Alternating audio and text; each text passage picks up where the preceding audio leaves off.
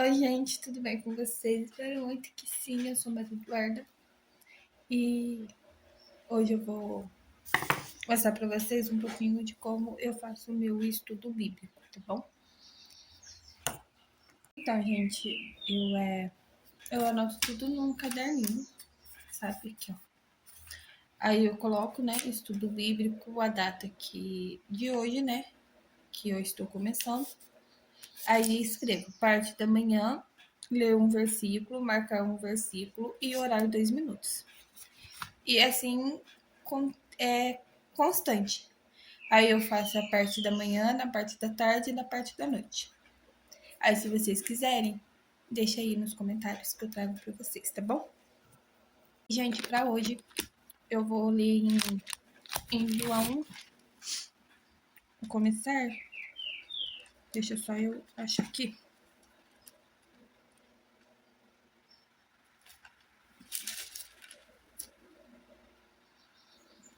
Aqui.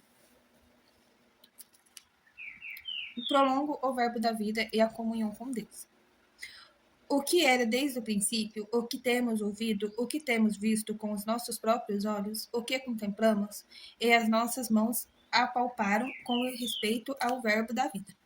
Em Jó 1, 1 e versículo 1, aí aqui em João, capítulo 2, está escrito: E a vida se manifestou, e nós a temos visto, e dela damos testemunho. E vola anunciamos a vida eterna, a qual estava com o Pai e nos foi manifestada. 3. O que temos visto e ouvido, anunciamos também a vós os outros, para que vós igualmente mantenhas comunhão conosco. Ora, a nossa comunhão é com o Pai e com o seu Filho, Jesus Cristo. Número 4. Estas coisas, pois vós escrevemos, para que a nossa alegria seja completa. Gente, até aqui hoje, tá bom? E aqui tá falando, né, sobre o verbo da vida e a comunhão com Deus. E que a gente tem que ter comunhão com Deus, sabe? A gente tem que mostrar para Deus, né, que a gente está disposto, que a gente está que a gente está de ouvidos para escutar a palavra dele, para escutar o que ele tem para nossa vida. A comunhão com Deus, tem gente que pensa assim que você tem que ficar na igreja, ficar no templo 24 horas, e não é assim. Comunhão com Deus é você tá falando com ele, sabe? Às vezes você pode estar lavando uma louça, às vezes você tá varrendo uma casa. E você falar com Deus, nem se for no pensamento, ele tá te ouvindo. E isso, eu creio que é uma comunhão com Deus. Porque você está buscando ele, você tá pedindo a ele, e ele tá de ouvido aberto, ele tá de ouvidos a te escutar o que você tá dizendo a ele. E, e hoje em dia a gente vê que antigamente tinha mais orações, tinha mais o, o poder de Deus. E hoje em dia a gente não vê mais, sabe? É como se a igreja, como se fosse nós, ser humano, se esfriamos de buscar Deus. Antigamente, os jovens, as irmãs, subia para o monte. E hoje em dia? Hoje em dia você não escuta mais. Hoje em dia, às vezes era de manhãzinha, 6 horas da manhã, 5 horas da manhã, as irmãs estavam subindo no monte para orar, para buscar a face de Deus. E hoje em dia?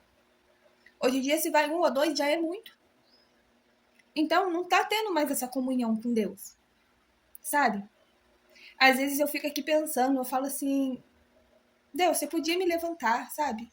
Podia fazer assim comigo, mas eu olho assim para dentro de mim e eu falo assim, não, Senhor, não faça isso, porque eu sou uma pecadora. Eu falho com o Senhor. E muitas das vezes a gente olha para si mesma, a gente fala assim, ah, eu não vou orar não, porque eu tô no pecado. Ah, eu não vou pedir isso para Deus não, porque Deus não vai me ouvir.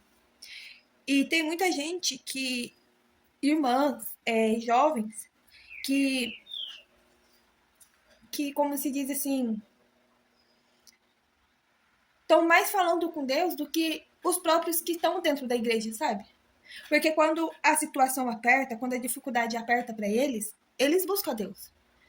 E nós cristãos, muitas das vezes a gente só procura a Deus, a gente só dobra o joelho para falar com Deus se a gente estiver passando por uma dificuldade.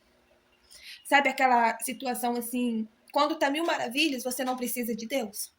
Mas quando o calo aperta, quando as dificuldades vêm, aí a gente procura a Deus. E aqui tá falando, né, que a vida se manifestou. A nós temos visto e dela damos testemunho. Que quantos, quantos testemunhos a gente tem para contar? Às vezes assim a gente pensa assim, ah, mas eu passei por isso e isso não vai dar nada para outra pessoa. E muitas das vezes o testemunho que a gente tem na nossa vida acaba sendo uma ajuda para outra pessoa. O testemunho da gente é libertador. Eu tenho um testemunho ainda para contar, mas eu não contei ainda. Mas eu vou trazer aqui para vocês. Porque é um testemunho que tocou muito na minha vida, sabe? E eu só tô pedindo direção para Deus me dar força, porque quando eu lembro, eu choro.